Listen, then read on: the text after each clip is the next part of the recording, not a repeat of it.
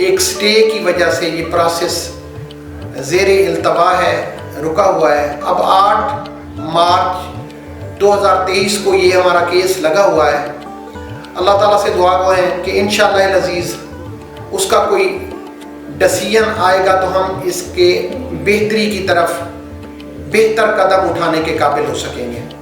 منڈی ڈسٹرکٹ کی بہت اچھی منڈی ہے، 10 ایکڑ پر محیط ہے، اور ایگریکلچر پروڈیوس جو نیٹو علاقوں میں جو لوگ سبزیات اور اپنے پھل وغیرہ کاشت کرتے ہیں ان کی فیسلٹیز کے لیے مارکیٹ کمیٹی ہمیشہ کوشش کرتی ہے کہ گروورز کی پروٹیکشن کے لیے ایک فارمر کی سہولت کے لیے ہم نے ادھر کسان منڈی مینیج کی ہوئی ہے۔ کسان منڈی میں کسان اپنی اجناس لے کے آتے ہیں جس پہ کوئی ٹیکس نہیں ہے، اس پہ مارکیٹ فیس بھی نہیں ہے اس کی، یعنی کہ کسی قسم کا جگہ کا کرایہ بھی نہیں ہے۔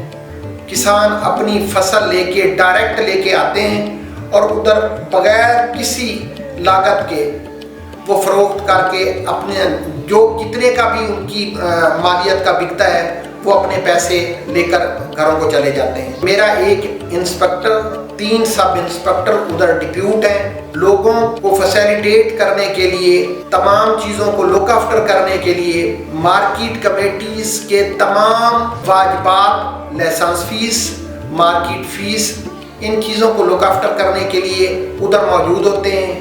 ایک سب آفس ادھر قائم کیا گیا ہے۔ کوشش یہ ہوتی ہے کہ یہاں کوئی ایسا مسئلہ نہ ہو۔ سیکیورٹی پوائنٹ آف ویو کے حساب سے بھی وہاں کیمراز کا انسٹالمنٹ کا سلسلہ ہے۔ 8 کیمرے ہم نے مختلف گیٹوں پہ انسٹال کیے ہوئے ہیں۔ کسانوں کے لیے سہولیات کا سلسلہ بھی، پانی پینے کے لیے ٹھنڈا پانی بھی ادھر اویلیبل ہے۔ اس بزنس کے حوالے سے تو میں کچھ نہیں کہہ سکتا۔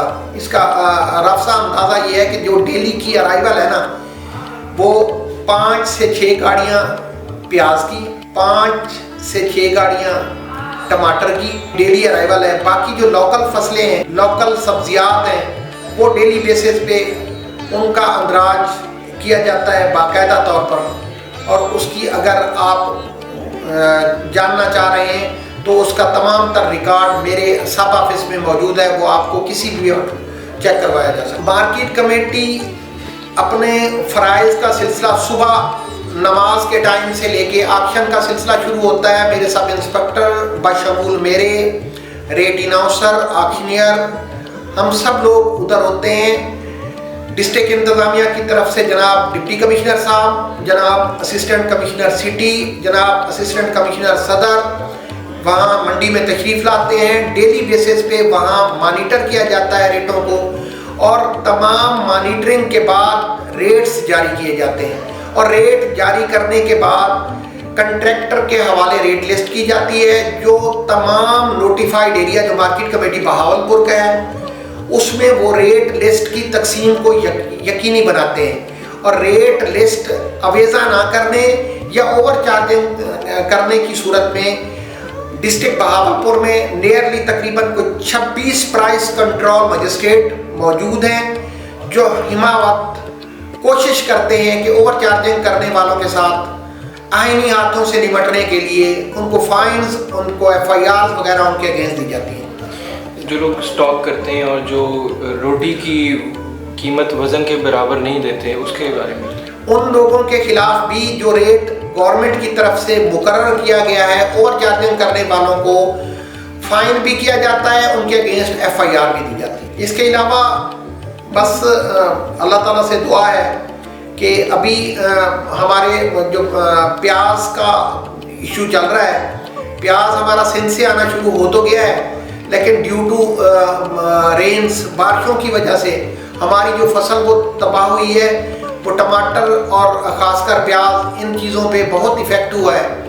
اب بہتری کی طرف ہے، ٹماٹر تو اب لویسٹ ترین ریٹ پہ ہے۔ ٹماٹر اس وقت 30 سے 35 روپے، 40 روپے تک مارکیٹ میں ہر جگہ پہ اویلیبل ہے، لیکن پیاز گریجولی واپس آ رہا ہے، لیکن ابھی بھی پراپر طور پر اسی حساب میں نہیں آیا۔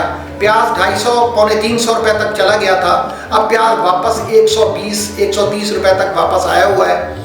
دیکھیں آنے والے دنوں میں انشاءاللہ بہتری کی توقع کی جا رہی ہے کہ انشاءاللہ جیسے جیسے ارائیول بڑھتی جائے گی اس کا ریٹس ڈاؤن کی طرف آتا جائے گا. باقی تمام تر سبزیاں وافر مقدار میں اور انتہائی مناسب ریٹ میں موجود ہیں.